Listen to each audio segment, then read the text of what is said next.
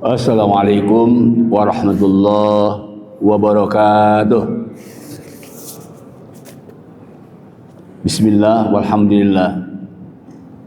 Wassalatu wassalamu ala Rasulillah Sayyidina Muhammad ibn Abdullah wa ala alihi wa sahbihi wa mawala wa ba'du. Mari kita lanjutkan tafsir Al-Quran, tafsir Maudhu'i Biddirayah sesuai dengan mutabaqatul hal, ketepatan waktu atau disebut sikon, situasi kondisi waktu kita baru tanggal 30 Rajab tahun 1447 Hijriah di bulan Januari 16 tahun 2026. Kita membahas surat Al-Isra ayat pertama dan ayat ke-60. Ingin mendapat syafaat dari Rasulullah agar ikut andil untuk memperingati Isra Mi'raj. Kita bahas nanti apa itu yang disebut surat Isra ayat 1 dan ayat 60. Baik, kita uraikan sedikit tentang ayat ini. Hadirin rahmatullah. Lapan subhana ini menurut para ahli tafsir itu sebagian dari kenapa bangsa Quraisy saat itu geger terhadap peristiwa Isra Mi'raj, sementara kaum muslimin yang sudah beriman merasa kagum. Kenapa? Karena satu hal yang tidak pernah terjadi dan tidak pernah dilaksanakan oleh manusia di dunia pada saat itu. Salah satu makna dari subhana adalah membuat tercengang dunia saat itu, baik muslim atau non muslim. Kalau non muslim tadi gegernya karena memang ya tidak percaya, menjadi buah bibir kaum musyrikin pada saat itu. Sama ketika kaum muslimin yang sudah beriman mendengar Rasulullah Isra Mi'raj kagum, sehingga orang Arab biasanya kalau mendapat sesuatu yang ajaib, yang kagum, itu baca subhana, subhana. Bahkan dalam satu subhanallah. Ya, kenapa subhanallah? Karena kebiasaan orang Arab melalui satu yang menakjubkan atau mendengar sesuatu yang menakjubkan itu baca subhanallah. Judul bahwa teks ayat ini Isra Mi'raj membuat geger dan tercengang kaum muslimin, orang kafir masa Arab pada saat itu. Jadi kalau kita kontekstualkan sekarang, Isra Mi'raj menggemparkan dunia. Kenapa Isra Mi'raj menggemparkan dunia? Karena selain lapan subhana, bahwa Isra Mi'raj itu sepakat ahli sunnah wal jamaah dan seluruh tafsir ahli hadis bahwa Isra Mi'raj adalah mukjizat kedua setelah Al-Quran. Yang pertama adalah subhanalladzi, subhanallah. Yang kedua, bahwa karena mukjizat kedua setelah Al-Quran adalah Isra Mi'raj. Itu terjadi pada tahun 10 Hijriah, tanggal 20 Rajab. Yang ketiga, kenapa gempa di dunia pada saat itu? Karena ada hitungan-hitungan angka. Kalau menurut matematik secara logik sudah dihitung oleh mereka, tidak mungkin. Sehingga Isra Mi'raj pi goil majra'i, pi goil maj'akli, dan pi goil majhisab.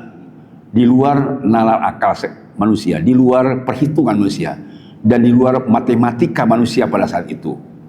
Karena disebutnya silailan. Lailan itu muddatil qalil, sesaat saja, bukan di waktu malam itu lama, tetapi menurut Imam As-Subki lahdotan, sekejap, sekilas, sebentar. Bagian ketiga, kenapa gempar? Karena menurut hitungan, menurut matematik berdasarkan hadis Nabi, Isra Mi'raj itu menurut hadis Nabi dalam kitab An-Nawawi Syarah Muslim, silakan Darul Ihya juz kedua halaman 210, bahwa Rasulullah menyampaikan uti tu bil buruk, aku ini Isra dan Mi'raj didatangkan hewan buruk, wa batun abyadun tawil, itu satu hewan yang putih dan panjang. Bentuknya apa? Kol himar, di atas hewan himar tapi dunal bigol, di bawah bigol. Yadha hafilahu inda muntaha tarfi. Ketika buruk itu pergi, yaitu melepaskan dua kaki depannya dan sampai ke muntaha tarfihi, cepatnya itu seujung memandang dia. Ketika setempat itulah, dan itulah disebut oleh Nabi kecepatan buruk. Di sutrafah situ yadha hafilahu inda muntaha tarfihi. Kalau kita menghitung angka bahwa buruk itu ada kilat, yakadul barqu yakhtabu absaruhum, hampir kilat itu nyamber mata mereka yang tidak percaya kepada Al-Quran. Jadi buruk itu sebenarnya kilat.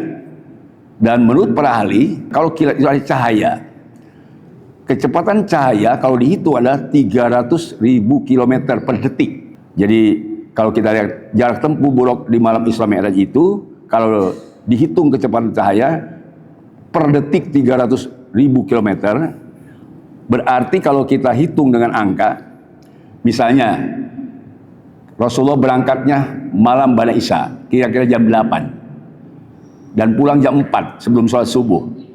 Berarti perjalanan dari Isra ke Sidratul Muntaha menerima Al-Quran itu 4 jam. 9, jam 10, 11, 12. Setelah jam 12 kembali lagi. 1, 2, 3, 4. Jadi 4 jam ini kalau kita hitung itu ada 60 menit dan ada 60 detik.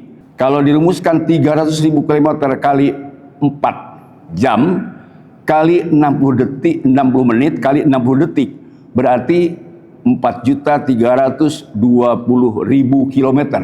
Sedangkan kalau kita melihat jarak tempuh, jarak yang paling dekat dari bumi ke bintang Hirtanus, atau Hirtanus itu adalah jarak tempuh dari bumi ke Hirtanus, itu kurang lebih ada 4.450.000 km.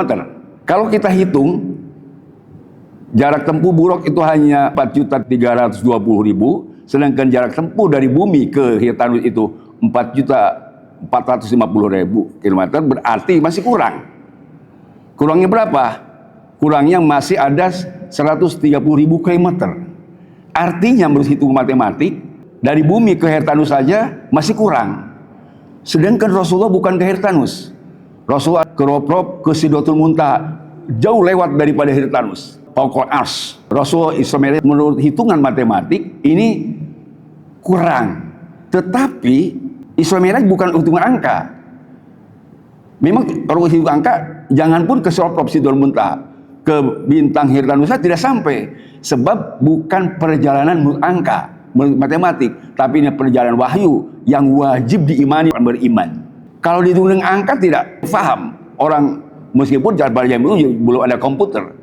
Kalau sekarang ahli IT menghitung perjalanan Rasulullah tidak cukup. Kenapa? Ini adalah amrun khariqun lil adat, sesuatu yang spektakuler, yang luar biasa, yang tidak pernah terjadi. Ini adalah alasan yang ketiga. Kenapa? Pertama, Rasulullah subhana. Yang kedua, karena menurut hitungan angka matematik tidak mungkin. Karena perjalanan buruk itu 4 jam tadi itu, kalau pergi dari jam 8 sampai jam 12, itu hanya menempuh perjalanan 4.320.000 km. Sedangkan perjalanan ke Hirtanus itu 4.500.000 lebih. Jadi masih kurang. Sekali lagi, inilah membanggakan dan mencengangkan para ahli matematik sampai sekarang. Karena ini adalah mukjizat. Alasan yang ketiga, kenapa sangat spektakuler? Karena itu kalau kita lihat kisah perjalanan Rasulullah, tadi sekali lagi, karena mukjizat. Yang kedua, karena subhanallah. Yang ketiga adalah karena menurut hitungan matematik tidak mungkin. Dan ada yang keempat, bahwa Rasulullah menurut para ahli hadis itu berangkatnya bukan dari Masjidil Haram, tapi dari rumahnya Ummi Hani, putri kesayangannya Abi Thalib, paman Rasulullah SAW. Dari Masjidil Haram itu yang terkenal. Misalnya di dalam hadis dijelaskan bahwa Rasul menyampaikan, ketika aku berada di Hijr Ismail dan aku sedang bermutajan itu artinya berbaring, tiba-tiba datang Jibril dan Mikail kepada aku. Kemudian aku dibawa oleh Jibril dan Mikail, bahkan yang mengantar Jibril dan Mikail begitu banyak, tidak terhitung jumlah malaikat ketika Rasul Isra dan Mi'raj. Ketika datang ke Zamzam, Jibril kemudian mengurus aku. Ini cerita tentang dari Masjidil Haram. Dari Masjidil Haram ke Isra, yaitu dari Hijri Ismail. Wa fi riwayatin purija sapuati. Kata Ummi Hani, saya ketika itu Rasulullah sedang nginep di rumah saya dan tiba-tiba purija sapuati. Rumahku langit-langitnya bolong. Biasanya tamu itu kan dari pintu. Kenapa kok ini tiba-tiba ada tamu datangnya dari langit-langit rumahku? Ini adalah amrul khaliqul adat, di luar kebiasaan manusia. Tiba-tiba kata Ummi Hani, turun dari langit rumahku itu membawa Nabi Muhammad yang sedang nginep di rumahku. Menurut satu riwayat. Berarti ada dua periwayatan. Satu Rasulullah dari Masjidil Haram atau dari Ismail dari bawa ke Jamjam. Yang kedua dari rumah Ummi Hani. Mana yang benar? Saya lihat dalam kitab Jamul Jawami karangan Tajuddin Subki, ketika ada dua masalah tojaiyah atau tidak bisa kontradiktif kelihatannya, maka wal mas'alatani idza ta'aradu tasaqata. Kalau ada dua masalah ta'arud benar, maka tasaqata. Itu harus gugur dua-duanya. Tapi dia sampaikan wa idza yasal jam'u, apabila sah dan boleh dikumpul diintegrasikan fajumnya, maka harus dikumpulkan. Jadi menurut Imam Jalil Tajuddin tidak bisa dipertentangkan dan tidak bisa dihilangkan dua-duanya. Kenapa? Kita ambil jalur tengah. Di rumah Ummi Hani Rasulullah pada maghrib. Nah kemudian dibawa oleh Jibril dengan malaikat Ismail dan jumlah malaikat, yaitu ke Hijri Ismail. Dari Hijri Ismail kemudian dibawa ke Jamjam. Ini menurut Syekh Jainuddin Tajuddin Subki dalam kitab Jamul Jawami. Kisah yang sebenarnya Rasul bukan dari Masjidil Haram. Awalnya dari rumahnya Ummi Hani, yaitu putri paman Rasul Abu Thalib. Inilah alasan yang keempat, kenapa spektakuler dan bangga manusia umat muslim terhadap Isra Mi'raj dan gempar di dunia, yang kita kasih judul Isra Mi'raj menggemparkan dunia. Kenapa? Berikutnya adalah dari spirit yang dibawa oleh Rasulullah sallallahu alaihi wasallam. Apa itu spirit yang dibawa Rasulullah? Spirit yang dibawa Rasulullah adalah Rasulullah membawa solat. Jadi ini artinya apa? Solat di Masjidil Haram, seperti minggu lalu saya sampaikan, inilah ikon dunia bangsa Arab pada saat itu dan sampai sekarang. Karena waktu 1238 Masehi dan tahun Hijriahnya 665, ini pada hari sejarah umat Islam itu kalah di bawah pimpinan Umar bin Khattab. Kemudian pada perang kedua, ini keinginan orang kafir atau orang ini bahwa Islam itu harus kalah. Karena di Quran dalam surat Al-Isra ayat berikutnya bahwa umat Yahudi itu latub sinopil ademaroten, dia akan menghancurkan dunia itu dua kali. Jadi kalah dua kali, dia menang dua kali. Tetapi kalau mengulang lagi kesalahan, maka berikutnya akan diancam oleh azab. Pain untuk unna. Di dalam sejarah mereka, umat Islam juga bakal kalah dua kali. Pertama kalah ketika Umar bin Khattab jatuh kekuasaannya ke tangan orang Romawi, dan yang kedua ketika perang dunia. Perang dunia pertama itu porak-poranda umat Islam. Mereka inginnya tidak hanya Palestina yang kuasai dan lain seperti Sam, tetapi Sam itu tadi ada Syria, itu ada Lebanon, ada Palestina, ada Yaman. Nah, kenapa mereka keinginan mereka itu hancur? Bukan hanya itu, tetapi termasuk Masjidil Haram dan Masjid Nabawi. Karena mereka tahu bahwa Masjidil Haram tidak mungkin bisa dikuasai, karena ada sejarah masa dulu ketika kelompok dari Abraha membawa pasukan gajah menghancurkan Masjidil Haram, tetapi lebih dulu oleh Allah dihancurkan dengan Ashabul Fil. Jadi Bapak semua, kenapa tercengang bangsa di dunia? Karena ada spirit dari ajaran Islam yang dibawakan Isra Mi'raj, yaitu sholat. Dan sampai sekarang perjuangan umat Islam dimanapun, ketika melihat Masjid Aqsa di porak-porandakan Israel, ini adalah kewajiban untuk dilawan, karena ini adalah menghilangkan sejarah Nabi Isra dari Masjid Haram ke Masjid Aqsa. Keinginan orang-orang Yahudi sebenarnya bukan hanya Masjid Aqsa atau Palestina, tetapi juga ingin dikuasai Madinah dan Mekah. Tetapi tidak mungkin, karena Al-Quran mengatakan yuriduna liyutfi'unallah, mereka ingin menghancurkan cahaya Allah, yaitu Islam. Ternyata oleh Allah, wallahu mutimmu nurih, Allah mengeksiskan Islam. Akhirnya karena Islam tidak bisa dihancurkan, maka mereka ingin menghancurkan umatnya. Dan ini bukti, Islam tidak akan hilang, tetapi umatnya bisa hilang. Nah, di Indonesia atau di negara lain manapun, mereka umat Yahudi sebenarnya sasarannya bukan hanya umat Islam. Sebab kalau menghalangi umat Islam tidak bisa. Maka inilah spirit sholat. Karena mereka sholat di masjid menyatakan bahwa spirit inilah yang harus dipertahankan oleh kita. Sehingga 5 hal inilah kita membuat judul bahwa Isra Mi'raj adalah menggemparkan dunia. Kenapa? Sebab sampai sekarang kekuatan umat Islam ada di masjid. Belum lama kita punya teman di Korean di sana, ada mungkin itu satu contoh, dan mungkin nanti akan jadi pusat kekuasaan di masjid. Ini sudah dicontoh oleh Nabi ketika datang ke Madinah membuat Masjid Quba, dan disitulah Rasulullah membina para sahabat, kemudian Ashabus Suffah yang bisa melawan perang Badar. Ini semua dari masjid, dan mereka tahu kekuatan umat Islam ada kena jamaah di masjid. Kemudian di tempat-tempat lain yang sama dengan masjid. Baik, saya kira Bapak semua, kenapa kita membuat judul Isra Mi'raj menggemparkan dunia? Karena dari 5 hal tadi yang saya sebut. Pertama pada karena itu Isra Mi'raj ada mujizat. Kemudian yang kedua, dimulai dari subhanalladzi asra. Yang ketiga, yaitu ada hitungan matematik yang tidak bisa terhitung. Ternyata ini Isra Mi'raj tidak bisa dihitung matematik, tetapi harus dilandasi dengan keyakinan. Yang keempat, rumahnya Ummi Hani, langit rumahnya, ini adalah amrun khaliqul ada, sesuatu yang di luar ada kebiasaan tamu. Kemudian yang kelima, spirit sholat hasil daripada Rasulullah Isra dan Mi'raj. Hadirin Allah, berikutnya yang ingin saya sampaikan, berapa kali Rasulullah berhenti ketika Isra? Rasulullah SAW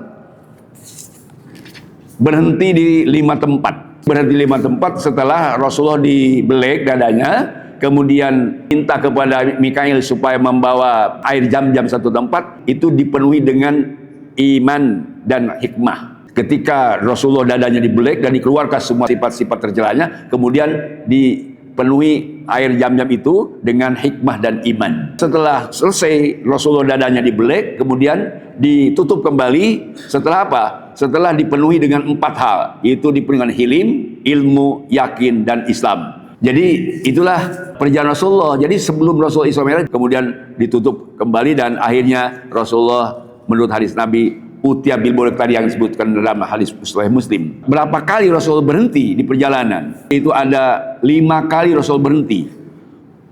Ketika Rasulullah sampai ke Ardhan Dzata Nahlin, sampai ke suatu kebun yang banyak kurma, kemudian Rasul bertanya, di mana ini Jibril? Maka Jibril bertanya, ini adalah dari Thaibah yang baik, disebut Madinah Munawwarah, dan kamu nanti akan hijrah ke sini. Kemudian Rasulullah diperintah sholat 2 rakaat oleh Jibril, kemudian sholat.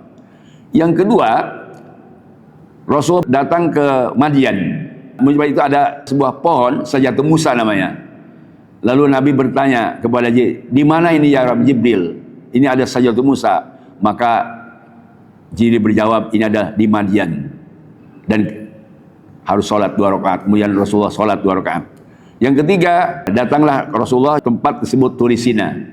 Turisina itu ketika Nabi Musa mendapatkan wahyu, wa kalamallahu Musa taklima.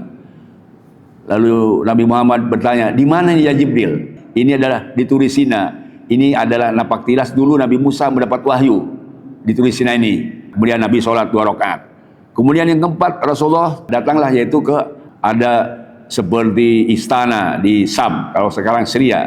Kemudian Rasul bertanya, ini di mana ini? Kata malaikat Jibril, ini adalah di tempat yang diberkahkan, yaitu di Sam. Lalu sholat 2 rakaat. Habis itu, ini adalah tempat di mana Nabi Isa lahir, yaitu disebut Bethlehem. Bethlehem itulah Rasulullah diberitahu oleh Jibril, kemudian Nabi sholat 2 rakaat. Kemudian yang terakhir, sampailah Baitul Maqdis. Sampailah ke Baitul Maqdis. Berapa yang ditemukan oleh Rasulullah di perjalanan Isra dari Masjidil Haram ke Masjidil Aqsa? Ini di dalam beberapa hadis, yaitu ada 17 semuanya. Yang pertama, Rasulullah ketika pergi di perjalanan itu, ada yang mengejar-ngejar. Ditanya oleh Rasulullah, ya Jibril, siapa itu mengejar? Kata Jibril, itu adalah Ifrit yang akan menggoda. Kalau kamu tidak bisa mengantisipasinya, kamu akan berbahaya. Apa itu harus dibaca? Inilah Rasul mendapatkan dari Jibril, baca oleh kamu, yaitu satu kalimat, kalau dibaca maka akan hilang Ifrit itu. A'udzu biizzatillah atau a'udzu biwajhil karim wa bi kalimatammatil ladzi la yujawihun nabir wa la fajr min syarri ma yanju minas sama wa min syarri ma yu'laiha. Redaksi yang dibaca oleh Nabi Muhammad dari Jibril supaya dibaca, setelah dibaca hilang Ifrit itu. Kemudian yang kedua, Rasulullah mendapatkan orang yang aneh. Ada yang menanam kurma, tapi begitu ditanam terus tumbuh dan tumbuh, terus dipanen, setelah dipanen tumbuh lagi. Jadi begitu hari ditanam, begitu hari tumbuh dan berbuah, kemudian dipanen, tumbuh lagi. Rasul bertanya, apa itu Jibril? Jibril menjawab, ini adalah kelompok orang yang jihad fisabilillah. Seperti inilah pahalanya. Yang ketiga, Rasulullah mencium bau harum. Luar biasa bau harum. Lalu bertanya ke Jibril, ini di mana wahai Jibril? Kata Jibril, dulu ada namanya Masitoh. Dia disuruh Fir'aun untuk menyembah Fir'aun, tapi dia menolak. Dia punya anak bayi, kemudian harus dicemplungkan kuali yang air mendidih, kemudian ragu, tidak mau si orang tuanya. Kata anaknya, udah menyembung saya ya Umi, karena ini membela kebenaran. Masitoh dengan anaknya nyembung ke kuali yang penuh panas air dan meninggal, sehingga oleh ganti air yang panas menghancurkan darah dagingnya Masitoh dan putranya dengan wangi seperti lebih dari minyak kasturi. Ini yang ketiga. Kemudian yang keempat Rasulullah menemukan orang yang memukul-mukul kepalanya. Ada yang dibenturin ke batu yang besar, ada yang batu besar dipukulkan ke kepalanya. Kalau dia sudah sakit, lalu nangis, lalu selesai nangis, dibenturkan lagi. Aneh kok. Biasanya kalau merasa sakit sudah berhenti, ini tidak. Ngambil batu besar, dibenturkan kepalanya, terus saja tidak henti-hentinya. Nabi bertanya, Jibril, apa itu? Malaikat Jibril jawab, ini adalah umatmu nanti yang suka meninggalkan sholat, tidak mau sujud kepada Allah. Nanti akan digambarkan seperti orang yang membenturkan dirinya ke batu yang besar, atau batu besar dikepuk kepalanya. Ini yang keempat. Yang kelima, Rasulullah melihat ada wanita aneh, biasanya ketutup aurat rapi. Kok ini tidak, hanya menutup kubur-duburnya saja. Aneh. Nabi bertanya, apa ini Jibril? Malaikat Jibril menjawab, ini adalah satu kaum nanti. Orang ini adalah gambaran yang tidak menunaikan sedekah, yang tidak mau menunaikan sedekah. Inilah orang-orang yang nanti digambarkan akan di akhirnya itu seperti orang yang telanjang dan rasa malunya kepada Allah sampai berjatuhan dagingnya dari muka karena dia tidak pernah sedekah atau tidak mau sedekah. Kemudian yang keenam, Rasulullah menemukan orang yang ini ada daging mentah dan daging matang. Kenapa kok daging mentah yang diambil? Biasanya kan kalau makan daging yang sudah matang. Ini enggak, daging mentah. Lalu ditanya oleh Rasul, siapa ini? Sabda Nabi, siapa ini? Jibril menjawab, inilah ada orang yang suka selingkuh. Yang suka selingkuh, dia punya istri yang sah, tapi ya dia suka nyuri-nyuri. Atau kalau perempuan dia suka nyeleweng sama suaminya. Yang ketujuh, Nabi bertemu dengan satu benda yang ada orang lewat lalu bajunya ditarik gitu. Aneh kok ada orang lewat baju ditarik. Lalu Rasul bertanya, apa itu Jibril? Jibril menjawab, ini adalah orang yang suka penyamun, yang suka jadi begal, merampok harta orang di jalan dan tidak tersisa hartanya, kemudian melakukan tindakan kekejaman dan kekerasan. Ini gambaran tadi yang ditemukan oleh Nabi Muhammad bersama Jibril ketika Isra. Kemudian yang ke-8, ada orang yang sungai yang perlu darah. Kenapa darah dan batu dimakan? Jibril, apa ini sesungguhnya? Kata malaikat Jibril, ini adalah umatmu nanti yang suka makan riba, yang suka melaksanakan konvensional, tidak bagi Islami. Itu nanti akan seperti makan darah. Kemudian yang ke-10, Nabi Muhammad SAW menemukan orang yang menggunting lidahnya tidak henti-hentinya. Sudah tumbuh, gunting lagi. Lalu ditanya oleh Muhammad, siapa ini? Nabi Muhammad bertanya, kata Jibril, ini adalah orang yang suka menggunjing, yang suka ngomong orang, memfitnah. Yang ke-11, Rasulullah menemukan ada orang yang punya kuku dari tembaga, kemudian dicakarkan ke mukanya dan dadanya. Juga Rasulullah bertanya, siapa Jibril? Ini adalah orang yang suka ya'kuluna luhuman nas wa yaqunu fi aradihim. Ini orang yang suka memfitnah, mempermalukan orang di tempat ramai. Ke-12, Rasulullah menemukan ada banteng besar, lalu maksa ingin masuk ke lubang yang kecil. Ada lubang kecil, tapi ini kok banteng maksa masuk. Rasul bertanya, siapa ini Jibril? Ini adalah orang yang ngomongnya besar, dia tapi tidak melaksanakan. Jadi yang omong-omong saja. Tukang bohong, dia omong-omong. Ngomongnya gede tapi dilaksanakan. Ini yang ke-13. Ke-14, Rasulullah menemukan ada seorang yang memanggil-manggil dari sebelah kanan, tapi Rasulullah tidak menolehnya.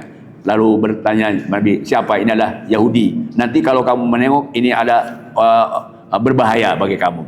Kemudian yang ke-14, Rasulullah SAW melihat ada orang yang memanggil-manggil dari sebelah kiri. Ditanya kepada Jibril, siapa ini? Ini nanti umatmu di akhir zaman ada yang digoda oleh Nasrani. Tetapi Nabi tidak menengok waktu itu. Yang ke-15, Rasulullah melihat ada seorang perempuan yang sudah berhias, cantik gitu, kemudian menggoda Rasulullah.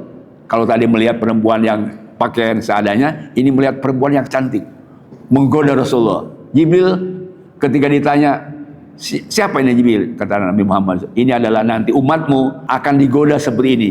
Dunia digambarkan seperti wanita cantik. Ini ada gambar umatmu nanti akan digoda oleh dunia seperti wanita cantik ini.